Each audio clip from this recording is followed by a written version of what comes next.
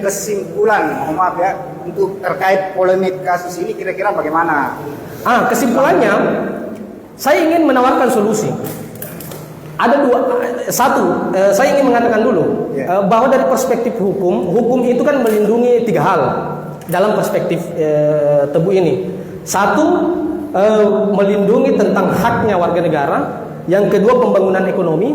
Kemudian yang ketiga, bicara soal keadilan sosial.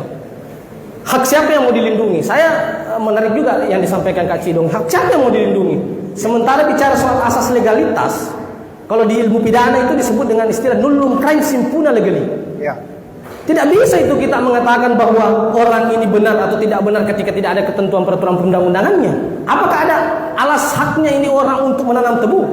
Apakah ada alas haknya oknum yang disebut oknum ini untuk memerintahkan orang ini, tanam kota tebu, HGU-nya memang mengatakan demikian, bisa diversifikasi.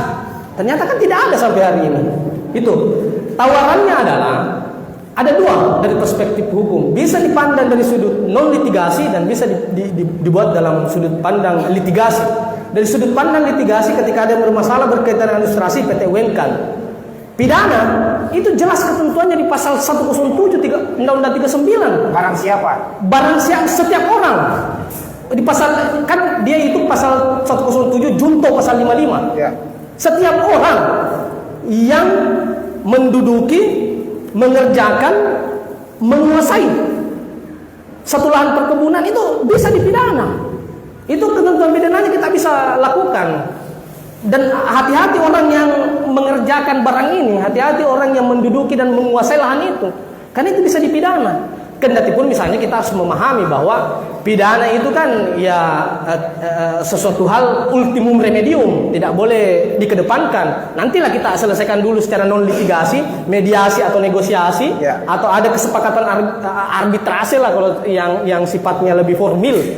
Tetapi solusi saya begitu, bisa sekarang pada intinya kita lakukan non litigasi dulu. Kendati tidak bisa, apakah bisa diombudsmankan, PT UN kan, pidanakan bahkan atau pelanggaran administrasi di PT UN.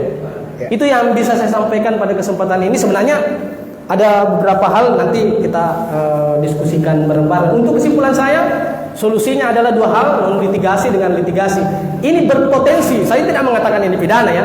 Ini berpotensi ketika memenuhi unsur pasal 107 junto pasal 55 huruf A, maka dia kena pidana. Sekian dari saya. Hirul kalam, wallahul muwaffiq, Assalamualaikum warahmatullahi wabarakatuh.